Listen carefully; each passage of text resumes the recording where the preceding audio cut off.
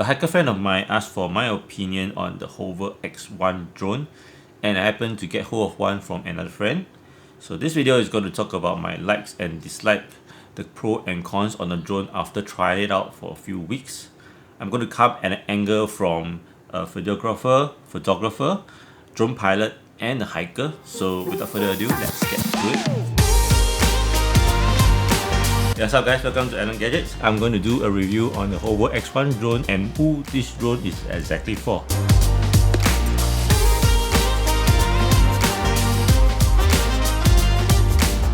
This drone is extremely easy to use and convenient to bring around, but it also has its limitation on the features and functions. This is a drone for those people who do not need to do much post-processing or color correction to their photo or footage right out of the camera without raw format or a log video, mainly to document their activity for self and family consumption, or maybe just good enough for social media. This is also designed for someone who want a light and small drone. This weighs about 125 grams, and in most countries you don't even need to register it, except maybe for Japan, which you need to register anything above 100 grams.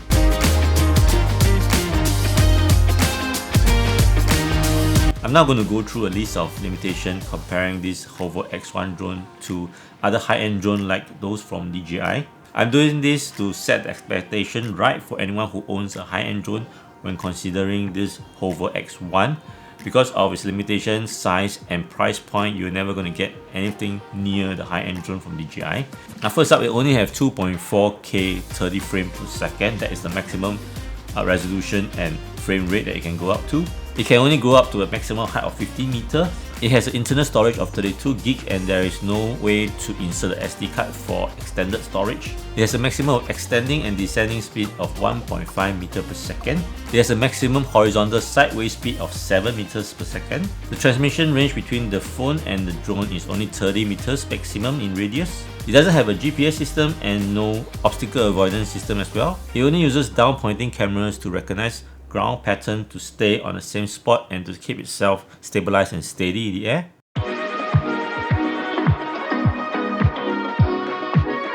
So because of the limitation, as mentioned, there's a few things that you are advised not to do. As I mentioned, it uses downward camera to recognize ground pattern to hold its position while hovering. So if the ground pattern is vague or even none, it will not be able to do that. Also, in low light condition, it will not be able to recognize the ground pattern for it to hover and holding in one position. It's incapable to recognize water surface, so just be careful while flying over water that it might try to land. Also, do take note of the large height variant, meaning that let's say if you're taking off on a rooftop, do not fly the drone out of the rooftop because there will be a sudden drop in the height and that might confuse the drone.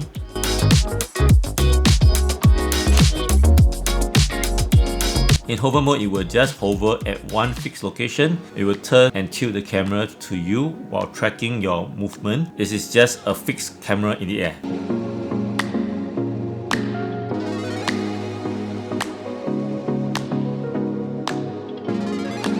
For the zoom out mode, it works similarly to the DJI Drone mode. It flies out backward 45 degrees away from you while recording. It also records while flying back, then that will give you a total of 2 clips, one flying out and one flying back in. In the follow mode, it does the same thing, track the subject and follow it. The drone will only follow you in a forward flying motion and will never fly backward. So if you come too near to the drone or you move towards the drone, it will not fly backward, and you have to be careful, you might knock into the drone itself.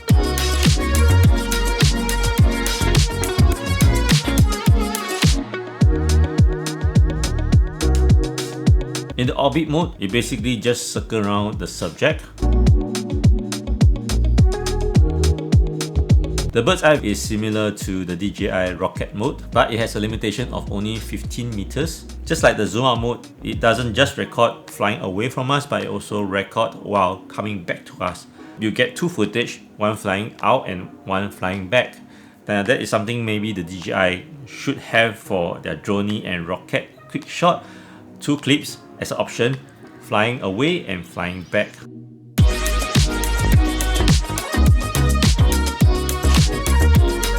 Lastly, we have the custom mode, or what we normally call the dolly mode. It's actually the follow mode with the ability to move backward when you come too near to the drone. In this case, you can have a freedom of movement in any direction you want, away from the drone or towards the drone. The drone will try its best to keep a distance from you.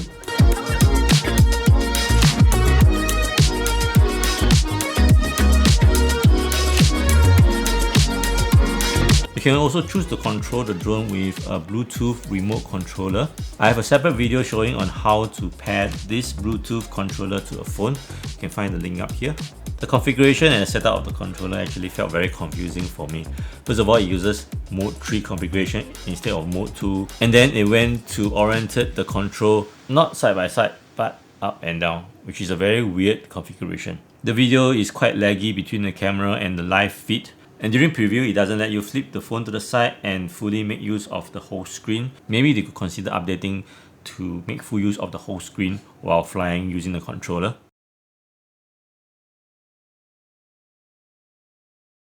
When I was trying out the drone, I did try to go through a park with a lot of trees around, and I find that because it doesn't have obstacle avoidance system, it does worry me when I was moving through the trees.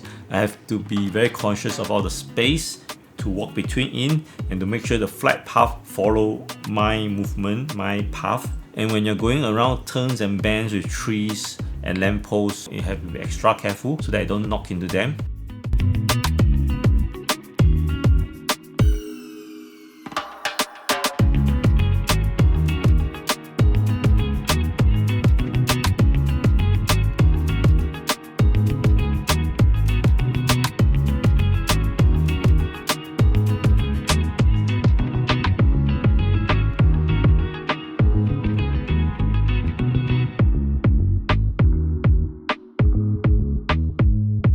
Now if you're asking yourself whether you should be getting this drone, there's a few questions you should ask yourself first, because of the most people that I know that want to get a drone are usually photographer. To them, they just want a new camera that can fly. So a drone to them is a camera that flies. So for those people who are not really into flying, or who doesn't want to fly, they just want to take photo and video, and they don't want to carry something heavy, this could be a very useful drone if you accept its limitation. If you are coming solely from a photographer or videographer's point of view, this is going to be quite a disappointing drone for its limited performance. But if you need to be in a place where drones are not allowed, or indoor safe drone, this would be a useful one in spite of the limitation. Because of its size and weight, it is really a non-hazardous item. It doesn't cut with its blade. Even if it knocks into you with its slow speed and light plastic frame, it's not going to hurt anything or anyone. As a hiker or someone who has to go on a long walking or climbing journey, so this weighing at just 125 grams is pretty light and convenient for you to walk around whole day without feeling it.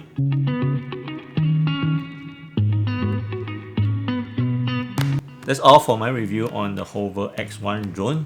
So in conclusion, if you are someone who do not need high quality photo or video, you just want to document your activity, do some vlog, share it over the social media, and you don't want to learn how to fly a drone, you don't want a heavy drone to be carried around, especially during hiking or climbing, then this is a drone for you to consider. So that's all for this video. If you enjoyed it, please do click on the like and share button. If you haven't already, please do subscribe to my channel for all things camera, drone and gadgets.